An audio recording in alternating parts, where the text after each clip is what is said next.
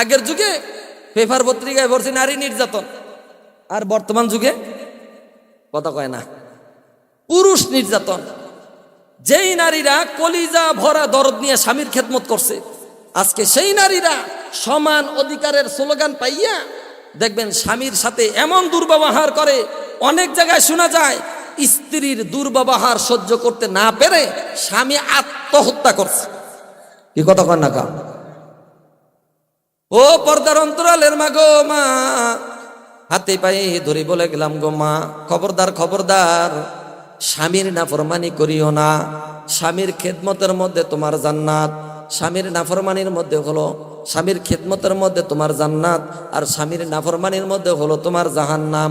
যেই নারী তার স্বামীকে কষ্ট দিয়া দুনিয়াতে মরবে, স্বামীর কলিজায় আঘাত দিয়া মরবে, ওইটা মরতে দেরি, জাহান্নামে যাইতে দেরি নাই।